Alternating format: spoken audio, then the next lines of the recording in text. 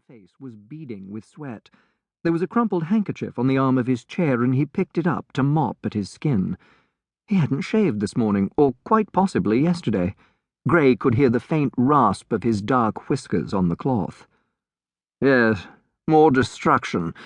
They burnt a sugar press last month, though still in the remoter parts of the island. Now, though— He paused, licking dry lips as he poured more wine. He made a cursory motion toward Grey's glass, but Grey shook his head. They've begun to move toward Kingstown, Warren said. It's deliberate, you can see it. One plantation after another, in a line coming straight down the mountain. He sighed. I shouldn't say straight. Nothing in this bloody place is straight, starting with the landscape. That was true enough. Grey had admired the vivid green peaks that soared up from the centre of the island, a rough backdrop for the amazingly blue lagoon and the white sand shore. People are terrified, Warren went on, seeming to get a grip on himself, though his face was once again slimy with sweat, and his hand shook on the decanter. It occurred to Grey with a slight shock that the governor himself was terrified. I have merchants and their wives in my office every day, begging, demanding protection from the blacks. Well, you may assure them that protection will be provided them, Grey said, sounding as reassuring as possible. He had half a battalion with him, 300 infantry troops and a company of artillery equipped with small cannon, enough to defend Kingstown if necessary. But his brief from Lord North was not merely to defend and reassure the merchants and shipping of Kingstown and Spanish Town, nor even to provide protection to the larger sugar plantations. He was charged with putting down the slave rebellion entirely, rounding up the ringleaders, and putting a stop to the violence altogether.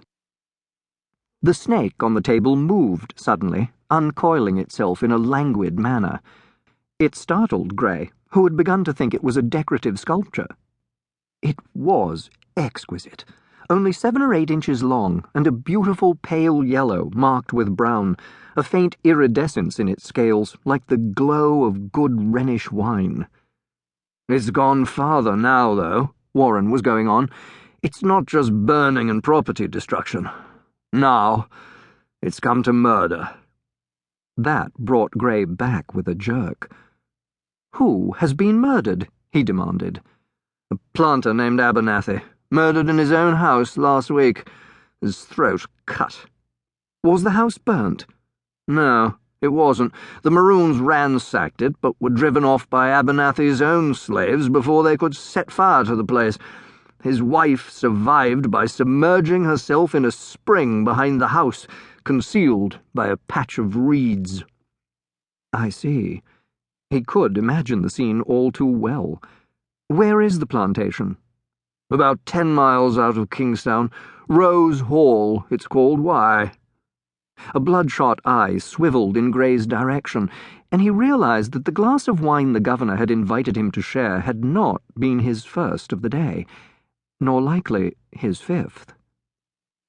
Was the man a natural sot, he wondered, or was it only the pressure of the current situation that had caused him to take to the bottle in such a blatant manner? He surveyed the governor covertly. The man was perhaps in his late 30s, and while plainly drunk at the moment, showed none of the signs of habitual indulgence. He was well built and attractive, no bloat, no soft belly straining at his silk waistcoat, no broken veins in cheeks or nose. "Have you a map of the district?"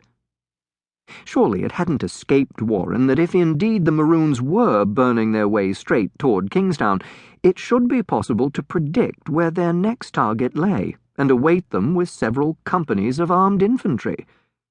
Warren drained the glass and sat panting gently for a moment, eyes fixed on the tablecloth, then seemed to pull himself together. "Map," he repeated. "Yes, of course. Dawes, my secretary, he'll find you one." Motion caught Grey's eye. Rather to his surprise, the tiny snake, after casting to and fro, tongue tasting the air, had started across the table in what seemed a purposeful, if undulant manner, headed straight for him. By reflex, he put up a hand to